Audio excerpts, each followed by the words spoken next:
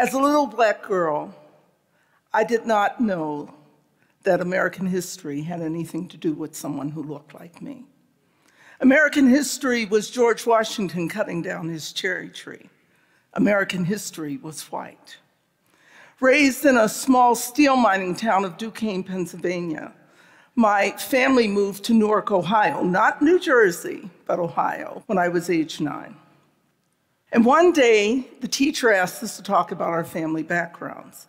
My classmates' hands literally rose up like arrows to the sky. I'm part German, I'm part Italian, I'm part French, I'm part Polish, Jewish. They all had hyphenates.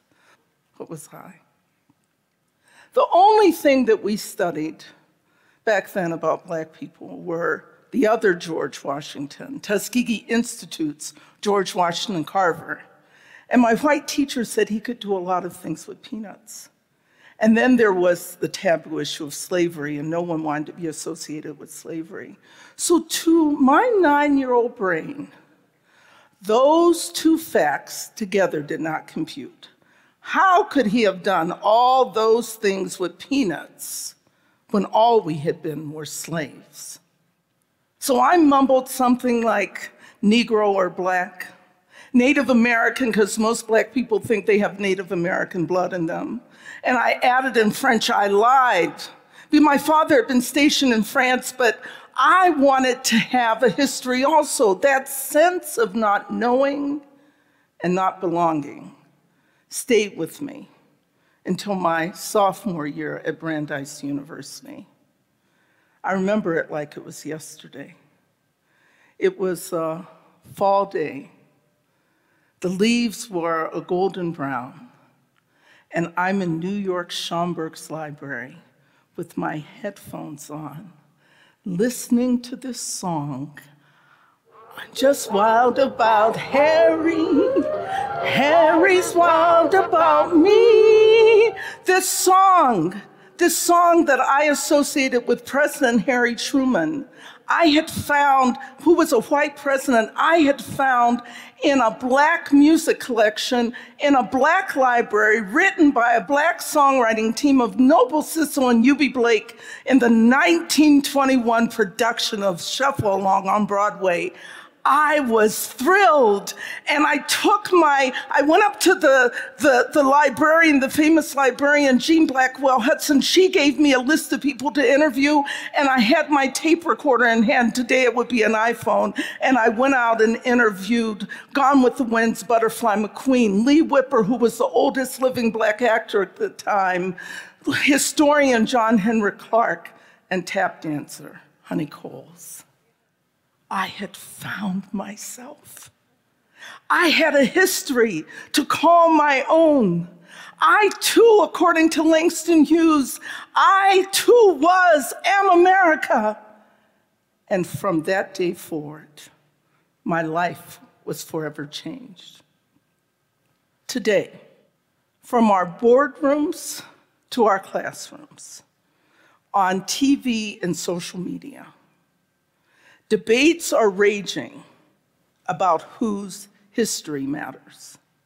Those who document their history are who society says matters.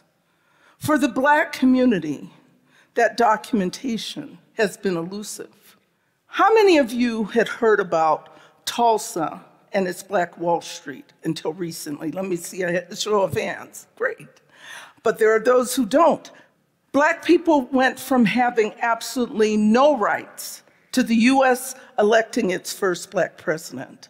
Our civil rights gains paved the way for the women's movement, the gay rights movement, and the social movements of today.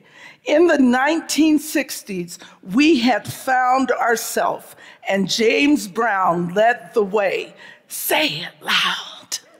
I'm black and I'm proud. He did it for us. That became our national anthem.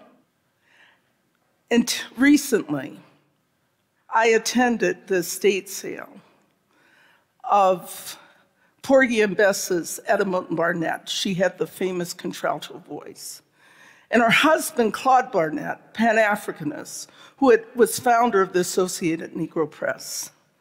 In their home, literally was clothing and furniture and rare books and artwork that demonstrated the fineness of their lives. But as I approached one room, I looked to my side and I saw something I should not have seen there. There were family photographs and letters and scrapbooks. As the estate seller yelled out, "Cash and carry," I told her, "You can't do that, not with this." A local university had offered $3,000 for the entire collection. I told her, "Please give it to me.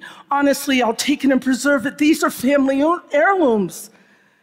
She told me it would be $250,000. $250,000? I don't have that. I bought the little I could. But that priceless, intact, one-of-a-kind collection from that day forth of rich Black history, 100 years of rich Black history, was henceforth scattered to the wind. The same thing happened at the estate sale of poet Maya Angelou. And if that does not resonate with you, then I want you to think forward at the estate sale of young poet laureate Amanda Gorman, that her writings and her poetry would suffer a similar fate. We have in this country already lost a lot of the 17th, 18th, and 19th century documentation of the African American experience. We can ill afford to lose the 20th and the 21st century. Preservation will determine if the Black community is viewed as valueless or valueful.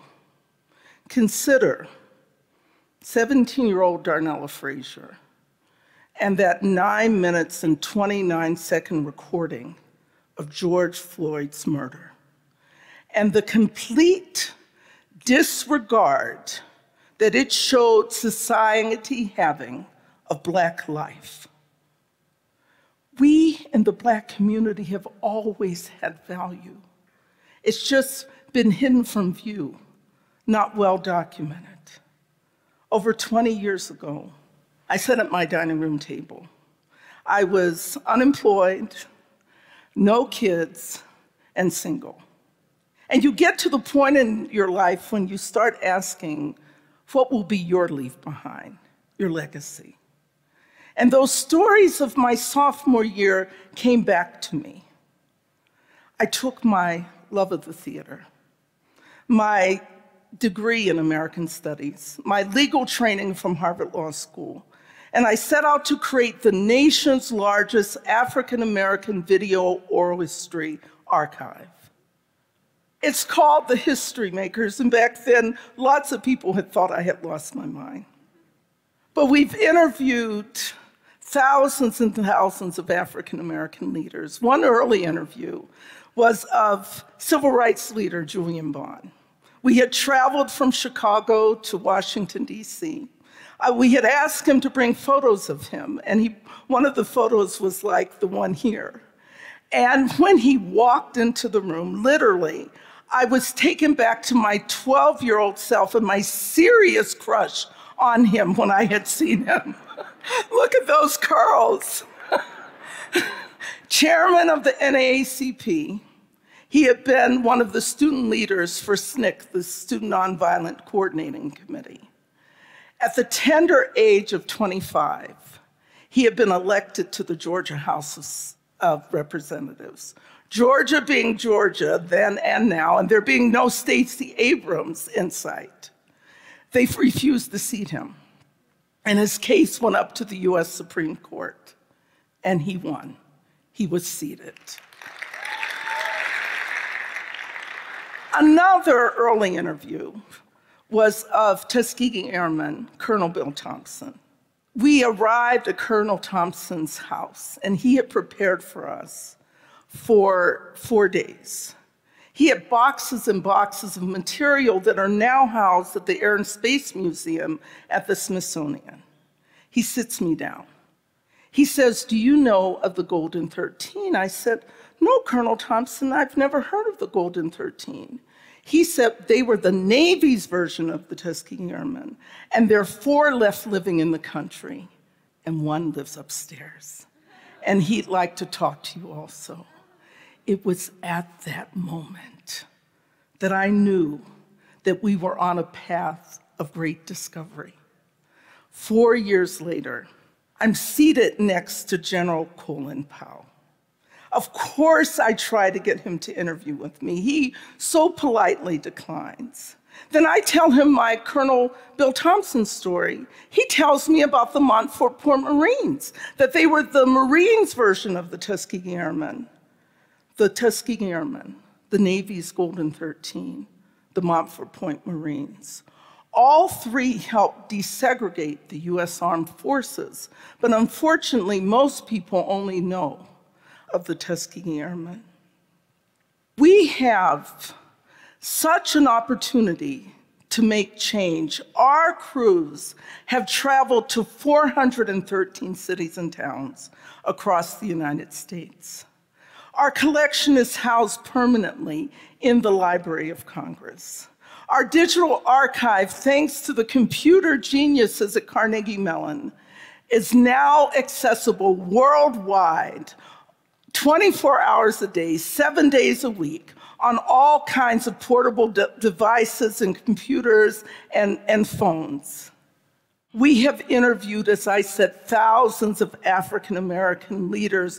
There's Alonzo Petty, the oldest living Black cowboy, Katherine Dunham, the inventor of Black dance, Katherine Johnson, the NASA scientist whose story was portrayed in the movie Hidden Figures, poets Nikki Giovanni and Sonia Sanchez, and Ursula Burns, the first Black female CEO of a Fortune 500 company.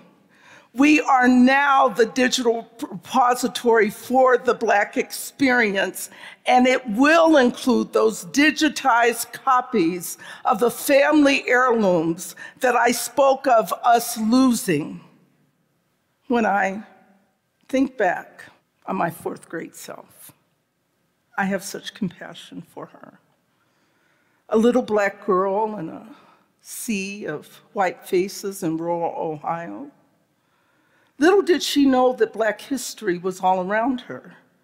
Yards from her home was the first Black school built for Black children by a man named Shackelford, who sat at gunpoint, daring any white mob to tear down his school for Black children. Her hometown of Newark, Ohio, was also the 1815 birthplace for Edward James Roy, who had tired of life in America and migrated back to Africa, and in 1870, he had become the 5th president of the African country of Liberia. What if she had known that being president of a country would be possible for someone who looked like her? What if her classmates had known that history, and that would have changed their views and their world experience? You all know that I'm that little girl. And when I had spoken to General Powell, he told me that no one can change their yesterdays, but all of us can change our tomorrows. I ask you today to join with me in changing America's tomorrows so that the Black community and its experience and its history will have an undeniable place and permanent place in this great country and in America's lexicon. I also ask you to join me so no child will ever feel that way that I felt in that classroom when I did not know the history that was my legacy. We can all work together and make this happen. Thank you for listening to this little black girl's story. Thank you. Thank you. Thank you. Thank you.